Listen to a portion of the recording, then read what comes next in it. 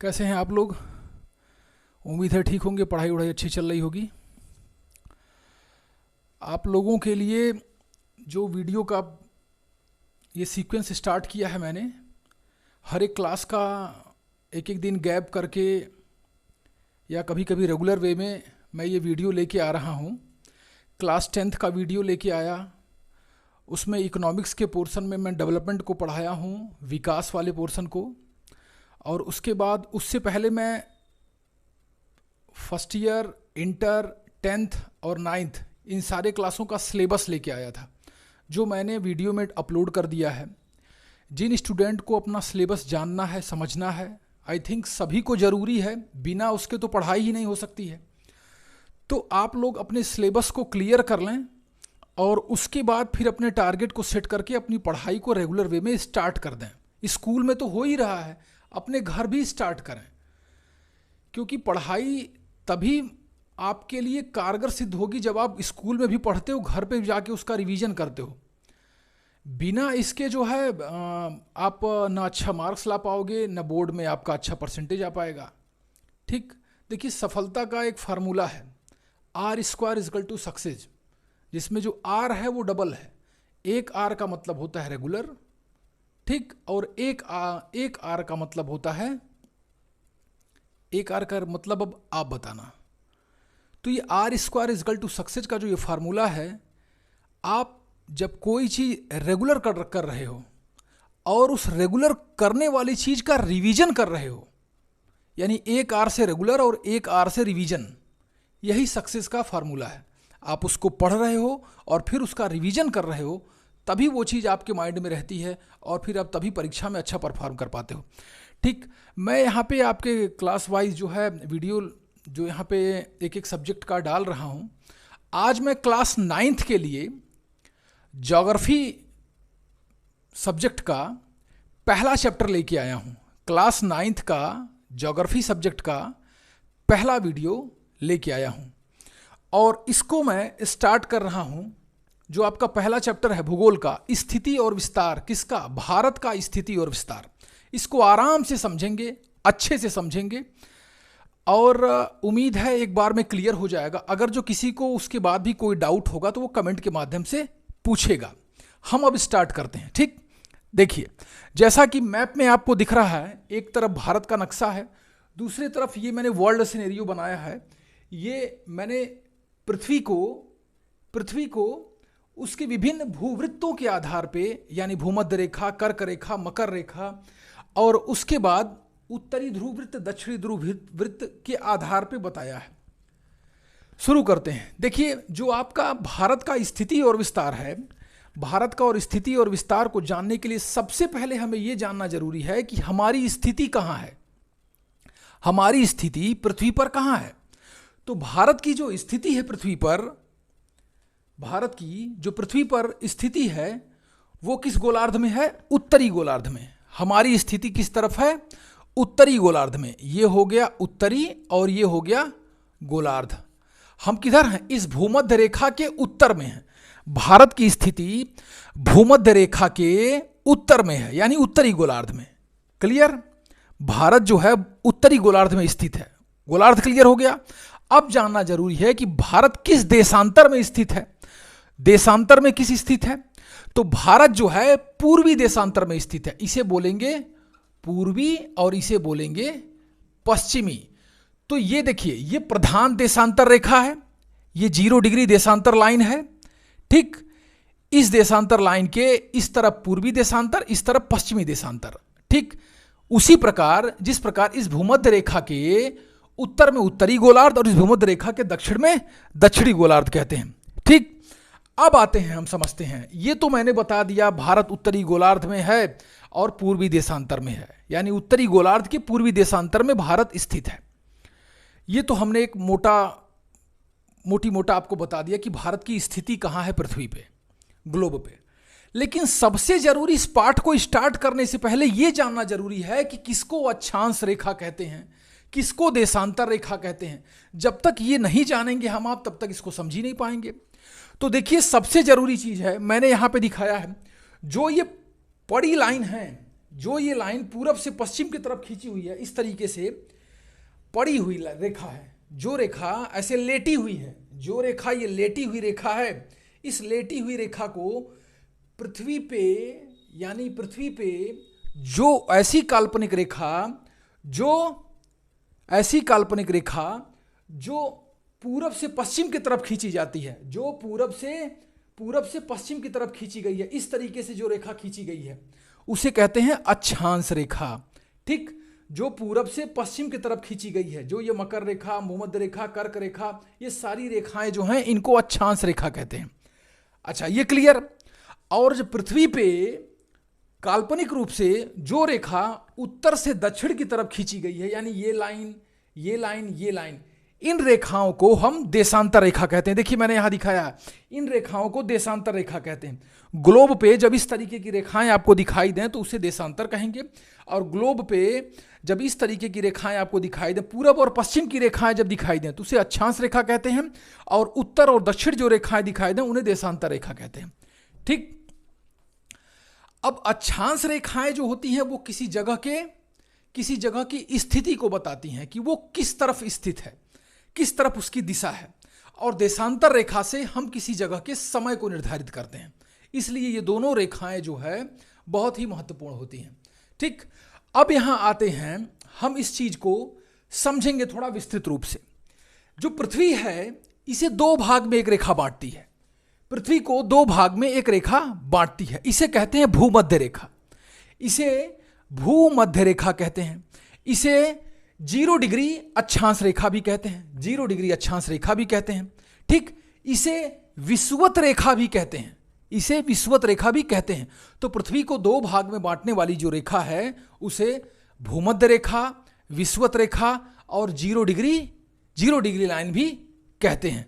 ठीक, तो ये तो हो गया अक्षांश का। अच्छा, अब इस भूमध्य रेखा के जब हम उत्तर में जाएंगे, जब इस भूमध्य रेखा के उत्तर में जाएंगे तो भूमध्य रेखा से 23.5 डिग्री उत्तरी गोलार्ध, 23.5 डिग्री, ठीक ना, उत्तरी गोलार्ध में उत्तरी अक्षांश 23.5 डिग्री उत्तरी अक्षांश पे कौन सी रेखा है? इस रेखा को बोलेंगे कर्क रेखा।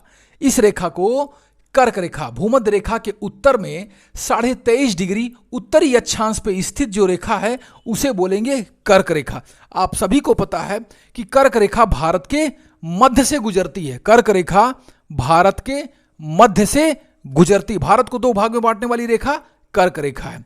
ठीक, अब उसके बाद आते हैं फिर इस भूमध्य रेखा के एकदम दक्षिण में, भूमध्य रेखा के दक्षिण में यह भी रेखा 23.5 डिग्री दक्षिणी अक्षांश, 23.5 डिग्री दक्षिणी अक्षांश पे स्थित ये रेखा, इसे मकर रेखा कहते हैं। इसे क्या कहेंगे? मकर रेखा कहेंगे। ठीक, अब ये दो प्रमुख रेखाएं हैं, ये दो प्रमुख रेखाएं हैं। ठीक, अच्छा, जब हम ग्लोब पे आप देख रहे हो तो इसी भूमध्य रेखा के ऊपर 23.5 डिग्री पे ये कर्क रेखा है, और 66.5 डिग्री पे इसे बोलते हैं 66.5 डिग्री।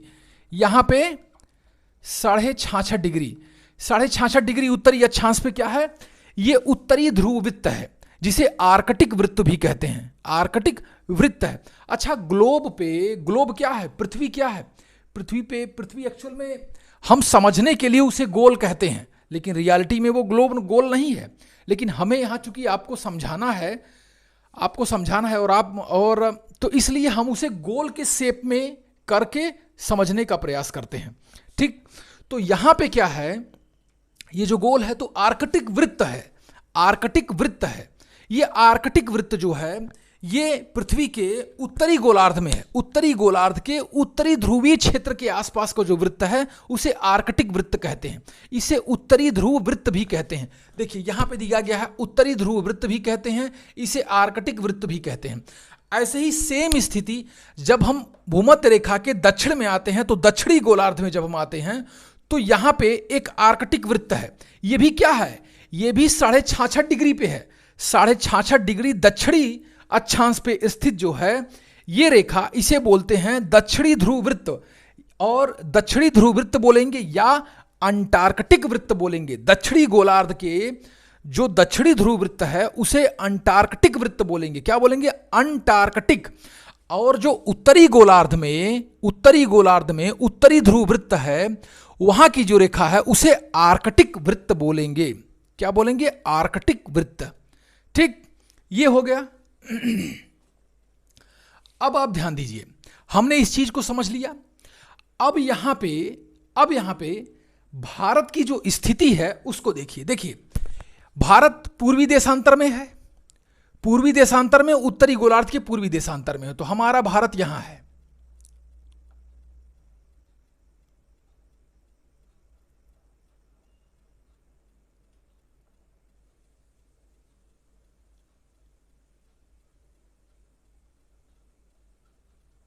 ये भारत हो गया।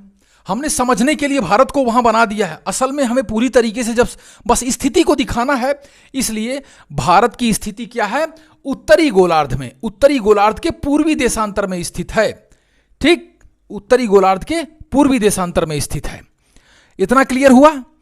अब भारत की स्थिति को अच्छे से समझने के लिए हम इस नक्शे पे आते हैं,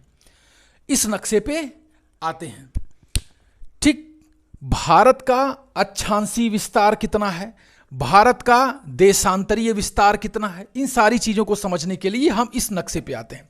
हमने ग्लोब पे भारत की स्थिति को जान लिया। ग्लोब पे भारत की स्थिति जब पता चल गई तो हम अब अक्षांशीय और देशांतरी विस्तार की स्थिति में भारत को जानने का प्रयास करेंगे। यहां देखिए, यह भारत का नक्शा आपको दिख रहा है। ये जो चौकोर के डब्बे में भारत घिरा सा लग रहा है, असल में ये अक्षांश और देशांतर रेखाएं हैं। आपको हमने पहले ही बता दिया है कि जो पूरब और पश्चिम की तरफ खींची हुई यानी लेटी हुई अवस्था में जो रेखाएं हैं उन्हें अक्षांश रेखा कहते हैं, और जो खड़ी खींची हुई रेखाएं हैं उन्हें देशांतर रेखा कहते हैं। क्लियर? तो भारत का सबसे पहले हम अक्षांशीय विस्तार देखेंगे। तो जो ये अक्षांशीय विस्तार है, देखिए ये एक पूरी लाइन है, लेकिन ये एक अक्षांश रेखा है। लेकिन अब चूंकि यहां पे ये अक्षांश रेखा है, अब चूंकि यहां पे कई चीजें लोकेट करना था, इसलिए हमने बीच में कुछ जगह उसको छोड़ दिया है, लेकिन ये अक्षांशीय रेखा है। तो भारत का जो अक्षांशीय विस्तार है, अक्षांशीय विस्तार भारत का, वो 8 डिग्री 4 मिनट 8 डिग्री 4 मिनट दक्षिणी अक्षांश से लेके 8 डिग्री 4 मिनट 8 डिग्री 4 मिनट उत्तरी अक्षांश से लेके, ये देख रहे हैं, यही है उत्तरी अक्षांश। ये 8 डिग्री 4 मिनट उत्तरी अक्षांश से लेके 36 डिग्री 6 मिनट उत्तरी अक्षांश तक है। भारत का जो अक्षांशीय विस्तार है, ये 8 डिग्री 4 मिनट उत्तरी अक्षांश से लेके 36 डिग्री 6 मिनट उत्तरी अक्षांश तक है। क्लियर? अच्छा, उत्तरी में क्यों बोल रहा हूं? क्योंकि देखो यहां पे भूमध्य रेखा के उत्तर में ही तो भारत की स्थिति है। तो 8 डिग्री 4 मिनट यहां से शुरू होगा और 36 डिग्री 6 मिनट अक्षांश यहां पे खत्म होगा। तो ये दोनों उत्तर में ही तो हैं, इसलिए हम बोलेंगे 8 डिग्री 4 मिनट उत्तरी अक्षांश से लेके 36 डिग्री 6 मिनट उत्तरी अक्षांश तक। क्लियर? अब आते हैं हम इसके देशांतरी विस्तार को। जब हम इसके देशांतरी विस्तार को समझेंगे तो देशांतरी विस्तार कहां शुरू है, ये देखिए, 68 डिग्री 7 मिनट 68 डिग्री 7 मिनट पूर्वी देशांतर से लेके 97 डिग्री 25 मिनट पूर्वी देशांतर तक इसका विस्तार है। कहां तक? 68 डिग्री 7 मिनट पूर्वी देशांतर से लेके 97 डिग्री 25 मिनट पूर्वी देशांतर तक भारत का देशांतरी विस्तार है। क्लियर? तो ये भारत का अक्षांशीय विस्तार हमने देख लिया, देशांतरी विस्तार हमने देख लिया। अब भारत का सबसे उत्तर का जो छोर है और जो सबसे दक्षिण का छोर है उसको जानेंगे। देखिए, भारत का जो सबसे उत्तर का छोर है इसे बोलते हैं इंदिरा कॉल।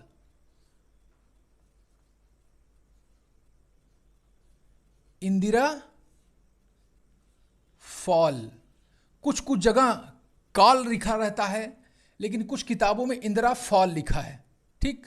तो भारत का जो सबसे उत्तरी छोर है वो कराकोरम पर्वत श्रृंखला पे है, जिसे क्या कहते हैं? जिसे इंदिरा फॉल कहते हैं। कुछ कुछ जगह इंदिरा कॉल भी कहते हैं, ठीक। और जो भारत का सबसे दक्षिणी छोर है, वो जो भारत का सबसे दक्षिणी छोर है वो अंडमान निकोबार के जो दक्षिण वाला ग्रेट निकोबार है, वहीं पे इंदिरा पॉइंट है। ये देखिए इंदिरा पॉइंट है। तो हमने देख लिया भारत का सबसे उत्तरी छोर और भारत का सबसे दक्षिणी छोर, ठीक। उत्तरी छोर इंदिरा फॉल या इंदिरा कॉल कहते हैं और दक्षिणी छोर जो है इंदिरा पॉइंट कहते हैं, ठीक। अब यहां पे हम ध्यान देंगे, भारत का सबसे पूर्वी छोर। तो भारत का जो सबसे पूर्वी छोर है वो अरुणाचल प्रदेश का एक गांव है जिसे बोलते हैं किबीथू। इसे बोलेंगे किबीथू। ये भारत का सबसे पूर्वी छोर है। और जब यहां पे आएंगे, सबसे पश्चिमी छोर पे आएंगे, तो उसका नाम है गोहार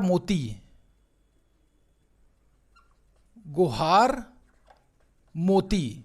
जो भारत का सबसे पूर्वी छोर है उसका नाम है गोहार मोती, जो गुजरात राज्य में है, ठीक। ये हो गया। अच्छा, अब देखिए भारत के बीचों बीच से ये हमने एक काले रंग की रेखा खींची है। तो ये काले रंग की रेखा है, ये भारत का उत्तर दक्षिण विस्तार, यानी उत्तर से लेकर दक्षिण तक भारत कितना लंबा है, कई किलोमीटर का है। तो भारत उत्तर से लेकर दक्षिण तक जो है 3214 किलोमीटर लंबा है। उत्तर से दक्षिण भारत की जो लंबाई है वो 3214 किलोमीटर है। अच्छा, पूरब से पश्चिम जो भारत की लंबाई है, पूरब से पश्चिम जो भारत की लंबाई है वो 2933 किलोमीटर है, ठीक। ये हो गई भारत की लंबाई और भारत की चौड़ाई, क्लियर। अच्छा, अब जब इसकी बात हो जाती है तो हम देखेंगे यहां पे ये पूरब से पश्चिम जो है, ये जो रेखा है ये कर्क रेखा है। यहां कर्क रेखा है,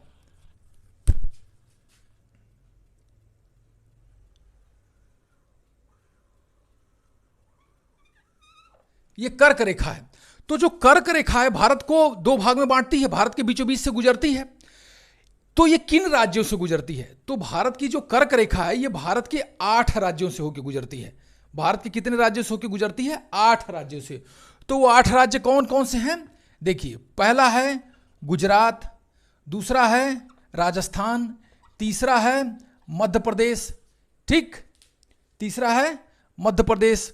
उसके बाद छत्तीसगढ़, उसके बाद झारखंड, उसके बाद पश्चिम बंगाल, ठीक, उसके बाद मिजोरम, उसके बाद त्रिपुरा, उसके बाद मिजोरम। कितना हुआ? 1 2 3 4 5 6 7 1 8। अब 8वां कौन सा है वो ध्यान देने की जरूरत है। देखिए, जब यहां हमने ये देख लिया, ये गुजरात पड़ गया, ये राजस्थान यहां पड़ गया, ये मध्य प्रदेश पड़ गया, ये छत्तीसगढ़ पड़ गया। तो यहां पे मध्य प्रदेश छत्तीसगढ़ हो गया, ठीक, मध्य प्रदेश छत्तीसगढ़। ये हो गया आपका पश्चिम बंगाल, ये पश्चिम बंगाल हो गया, ये छत्तीसगढ़ हो गया, और यहां झारखंड है। तो छत्तीसगढ़, झारखंड, पश्चिम बंगाल, और उसके बाद ये आपका पड़ेगा त्रिपुरा, और ये आपका मिजोरम। यहां पे तो 2 निकल के आ रहा है, ठीक। और यहां पे ये गुजरात, मध्य प्रदेश, छत्तीसगढ़, अरे सॉरी, ये राजस्थान को हमने नहीं गिना था। ये गुजरात, राजस्थान 1 2 3 4 5 6 7 8। देखिए आ गया सारा का सारा। ये गुजरात हुआ, G for Gujarat, R for Rajasthan, MP माने मध्य प्रदेश, सी और जो है CG ये छत्तीसगढ़ हो गया, CG माने छत्तीसगढ़, JH का मतलब हो गया झारखंड, WB का मतलब हो गया वेस्ट बंगाल यानी पश्चिम बंगाल, ठीक, और T माने त्रिपुरा, M माने मिजोरम। ये कुल मिला के 8 राज्य हैं, ठीक ना। ये 1, ये 2, ये 3, ये 4, ये 5, ये 6, ये 7, ये 8। भारत की जो कर्क रेखा है ये भारत के 8 राज्यों से होके गुजरती है। कर्क रेखा भारत के बीचों बीच से गुजरती है और भारत के 8 राज्यों से होके गुजरती है, ठीक, जिसको हमने क्रमवार यहां पे बता दिया। अच्छा, कर्क रेखा तो देख लिया। अब भारत की प्रधान देशांतर रेखा है, भारत की प्रधान देशांतर रेखा, प्रधान देशांतर का रखा कि भारत का जो मानक समय रेखा है, भारत की जो मानक समय रेखा है वो कहाँ से गुजरती है, हम उसको देखेंगे। वो गुजरती है, देखो इलाहाबाद में एक जगह है नैनी, वहीं से ये रेखा गुजरेगी, ठीक, नैनी से गुजरेगी और उसके बाद फिर छत्तीसगढ़ जाएगी, फिर उसके बाद आंध्र प्रदेश जाएगी, ये 5 राज्यों से होकर गुजरेगी। अब वो 5 राज्य कौन है हम पहले देख लेते हैं। देखिए पहले यूपी हो गया, ठीक, उसके बाद छत्तीसगढ़ हो गया, ठीक, उसके बाद छत्तीसगढ़ हो गया, उसके बाद वो छत्तीसगढ़ के बाद आंध्र प्रदेश से गुजरती है, एपी, ठीक, उसके बाद फिर ये उड़ीसा से भी गुजरती है, कितना हुआ 1 2 3 4, ठीक, और उसके बाद ये एमपी से भी गुजरती है। तो ये 5 राज्यों से भारत की जो प्रधान देशांतर रेखा है वो गुजरती है। 5 राज्यों से भारत की प्रधान देशांतर रेखा गुजरती है। भारत की जो प्रधान देशांतर रेखा है ये कितने देशांतर पे है, ये 82.5 डिग्री पूर्वी देशांतर पे है। ये रेखा कितने पे है, ये 82.5 डिग्री पूर्वी देशांतर पर स्थित है, ठीक। अच्छा, अब यहां ध्यान देने वाली बात है, ये जो मैंने कई देशों का नाम लिखा है, पाकिस्तान, चीन, नेपाल, भूटान, म्यांमार, बांग्लादेश, तो इनको समझेंगे। भारत की जो सबसे लंबी सीमा किस देश के साथ लगती है, उस देश का नाम है बांग्लादेश, यहां पे है। भारत की सबसे लंबी सीमा बांग्लादेश के साथ लगती है, और बांग्लादेश के साथ जो भारत की सीमा है वो सबसे लंबी है, जिसकी लंबाई 4096 किलोमीटर है। 4096 किलोमीटर लंबी है। कहां से, भारत और बांग्लादेश की सीमा। उसके बाद जो दूसरी सबसे लंबी सीमा है वो है भारत और चीन की, ये है 3488 किलोमीटर। भारत और चीन की दूसरी सबसे लंबी सीमा है जिसे बोलते हैं 3488 किलोमीटर, ठीक। ये यहां से जम्मू कश्मीर से लेकर अरुणाचल प्रदेश तक फैली हुई है। उसके बाद फिर आते हैं तीसरी सबसे लंबी सीमा भारत और पाकिस्तान के बीच में, ये क्या है 3323 किलोमीटर। 3323 किलोमीटर भारत और पाकिस्तान के बीच की जो सीमा है, ठीक। तो देखो भारत और पाकिस्तान की जो सीमा रेखा उसे बोलते हैं रेड क्लिफ लाइन। भारत और पाकिस्तान के बीच में जो ये सीमा रेखा इसको बोलते हैं रेड क्लिफ लाइन। भारत और पाकिस्तान की सीमा को रेड क्लिफ लाइन बोलते हैं, और भारत और चीन की सीमा को बोलते हैं मैकमोहन लाइन, ठीक। अच्छा, उसके बाद फिर आते हैं भारत और नेपाल की जो सीमा है। भारत और नेपाल की जो सीमा है इसे ये 1751 किलोमीटर है। भारत और नेपाल की जो सीमा है ये 1751 किलोमीटर है। भारत और भूटान की जो सीमा है ये 699 किलोमीटर है। कितनी, 699 किलोमीटर। उसके बाद भारत और म्यांमार की जो सीमा है ये 1643 1643 किलोमीटर है। किससे, इंडो म्यांमार बॉर्डर, जो भारत और म्यांमार की सीमा है ये 1643 किलोमीटर की है, ठीक। अच्छा, उसके बाद क्या है, भारत सबसे छोटी सीमा भारत और अफगानिस्तान की है। ये अफगानिस्तान है, यहां पे अफगानिस्तान है। अफगानिस्तान, भारत और अफगानिस्तान की जो सीमा है ये 306 किलोमीटर की है। तो आपने यहां देखा, ठीक। अच्छा, अब इन चीजों को हमने यहां पे बता दिया, आप लोगों ने उसे ध्यान से समझा। कुछ चीजें अगर जो रह जा रही हैं, जो आपको जानने वाली हैं और मेरे दिमाग से यहां छूट रहा है, तो आप उसे अवश्य पूछेंगे, ठीक। अब यहां पे देखिए, भारत की जो स्थलीय सीमा है, जैसे ये सारा का सारा तो समुद्र है, ये सागर है, ये सब सागर है। तो भारत की जो स्थलीय सीमा है, स्थलीय का मतलब पाकिस्तान से लगा के और बर्मा तक, पाकिस्तान से लगा के म्यांमार तक जो भारत की स्थलीय सीमा है उसकी लंबाई 15,200 किलोमीटर। कितनी है, 15,200 किलोमीटर तक ये भारत की स्थलीय सीमा है। भारत की स्थलीय सीमा की लंबाई 15,200 किलोमीटर तक है, ठीक। अच्छा, अब आते हैं भारत की तटीय सीमा, जो गुजरात से लगा के पश्चिम बंगाल तक रहती है। भारत की तटीय सीमा गुजरात से लगा के पश्चिम बंगाल तक है। तो भारत की जो तटीय सीमा है, मुख्य भूमि, द्वीप को नहीं गिन रहे हैं। जैसे हम द्वीपों को लेके भारत की सीमा नहीं गिनेंगे तटीय, सिर्फ भारत की जो मुख्य भूमि है गुजरात से लगा के पश्चिम बंगाल तक, अगर जो इसकी सीमा हम गिनेंगे तो ये हो जाएगा 6100 किलोमीटर। कितना? 6100 किलोमीटर। ये भारत की मुख्य भूमि की तटीय रेखा की लंबाई है, ये 6100 किलोमीटर है।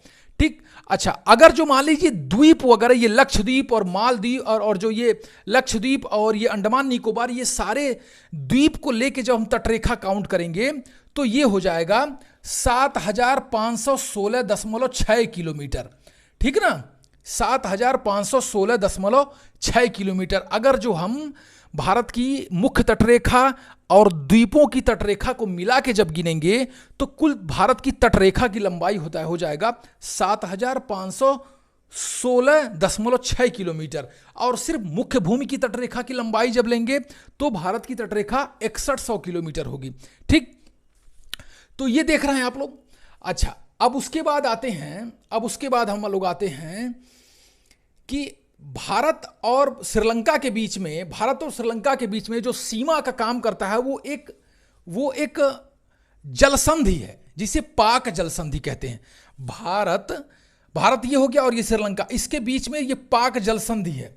पाक जलसंधि भारत और पाकिस्तान और भारत और श्रीलंका के बीच में एक जल सीमा बनाती है। ठीक, तो वो कैसे जल सीमा बनती है? वो पाक जलसंधि से जल सीमा बनती है। ठीक, अब उसके बाद आ जाते हैं हम एक एक करके भारत के द्वीपों को समझेंगे। भारत का जो द्वीप है, देखिए ये अंडमान निकोबार द्वीप समूह है भारत का, अंडमान निकोबार द्वीप समूह है। ठीक, अच्छा, अंडमान निकोबार जो भारत का द्वीप समूह है, इसके ये कई भाग में बटा हुआ है। देखिए उत्तरी अंडमान, मध्य अंडमान, दक्षिणी अंडमान। ठीक, उसके बाद जो है फिर निकोबार, दो भाग में निकोबार है, ग्रेट निकोबार। तो जो उत्तरी अंडमान है, अंडमान निकोबार में जो उत्तरी अंडमान है, वहां पे एक ज्वालामुखी है, लेकिन वो ज्वालामुखी फटता नहीं है, एकदम शांत हो चुका है। कभी कभार उसमें से कुछ धुआं निकलता है, तो उसे कहते हैं, जो इस प्रकार का ज्वालामुखी हो, जो ना पूरी तरीके से शांत हो ना पूरी तरीके से सक्रिय हो, तो उसे कहते हैं सुषुप्त। तो उत्तरी अंडमान में एक नारकोंडम नाम का, उत्तरी अंडमान के उत्तर में उत्तरी अंडमान के पूरब में एक नारकोंडम नाम का द्वीप है, वो एक सुषुप्त ज्वालामुखी है। ठीक, अच्छा, जब आते हैं मध्य अंडमान में आते हैं तो मध्य अंडमान के पूरब में एक बैरन नाम का द्वीप है। उस बैरन द्वीप पे सक्रिय ज्वालामुखी है, वो कभी कभी फटते रहता है। तो ये कहा है मध्य अंडमान के पूरब में ये बैरन द्वीप है। ठीक, अच्छा, उसके बाद आते हैं जो दक्षिणी अंडमान है, ये जो दक्षिणी अंडमान है, यहीं पे अंडमान निकोबार की राजधानी है। दक्षिणी अंडमान में ही अंडमान निकोबार की राजधानी, जिसे कहते हैं पोर्ट ब्लेयर। इसी पोर्ट ब्लेयर में ही सेलुलर जेल थी, जहां पे काला पानी की सजा के लिए भारतीय कैदियों को भेजा जाता था। भारत के महान क्रांतिकारी जो थे वीर सावरकर, उनको यहीं पे जेल भेजा गया था। और भी बहुत सारे जो है कैदी थे उस समय, लेकिन सबसे ज़्यादा चर्चा उन्हीं की होती है पोर्ट ब्लेयर जेल के चलते, वो यहीं पे बंद थे। उसके बाद आ जाते हैं ग्रेट निकोबार पे। तो निकोबार जो है, जो ग्रेट निकोबार द्वीप है, यहीं पे भारत का सबसे दक्षिणी पॉइंट है, जिसे इंदिरा पॉइंट के नाम से जाना जाता है। अच्छा, अब देखो, ये कुछ ऐसी अक्षांश रेखाएं हैं जो इन द्वीपों को बांटती हैं। जैसे जो दक्षिणी अंडमान है, जो दक्षिणी अंडमान और निकोबार को दो भाग में बांटने का काम करता है डक्कन पास ये होते हैं जो दो द्वीपों के बीच में समुद्र का संकरा रास्ता, उसे पास बोलते हैं। तो ये डक्कन पास है। ठीक, अच्छा, उसके बाद जो लिटिल अंडमान, ये जो द्वीप है छोटे छोटे, लिटिल अंडमान और निकोबार द्वीप के बीच में 10 डिग्री चैनल है। ये 10 डिग्री चैनल, ये एक अक्षांश रेखा है जिसे 10 डिग्री चैनल के नाम से जाना जाता है। ये लिटिल अंडमान और निकोबार द्वीप को दो भाग में बांटती है, ये 10 डिग्री चैनल से अलग होता है। ठीक, अब आ जाते हैं हम लक्षद्वीप पे। लक्षद्वीप एक्चुअल में एक प्रकार के जीव हैं जिनके खोल से कोरल निकलते हैं। उन्हीं कोरल से इन द्वीपों की रचना हुई है, लक्षद्वीप की, इसीलिए हम इसे कोरल आइलैंड भी बोलते हैं। ठीक, उसके बारे में मैं आराम से बताऊंगा बाद में। लक्षद्वीप जो है, लक्षद्वीप की राजधानी कवारत्ती है। ये भारत के केरल राज्य से ये पश्चिम की तरफ समुद्र में स्थित है।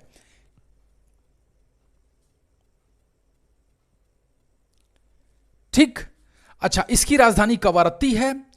और जो 9 डिग्री चैनल है, एक 9 डिग्री चैनल है जो लक्षद्वीप के मिनिकॉय, ये जो द्वीप देख रहे हैं ना छोटा सा, इसका नाम है मिनिकॉय। ये लक्षद्वीप और मिनिकॉय को 2 भाग में बांटता है 9 डिग्री चैनल। और जो 8 डिग्री का ये चैनल देख रहे हैं, ये मिनिकॉय को अलग करता है मालदीव देश से।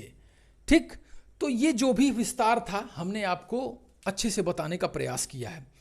अभी बहुत कुछ है, आगे आपको बताया जाएगा।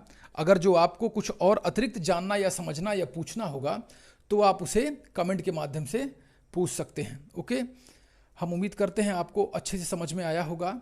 अगर कुछ जो चीज़ें नहीं समझ में आई होंगी आप उसे कमेंट के माध्यम से पूछ सकते हैं। ओके, ठीक, good luck and good night.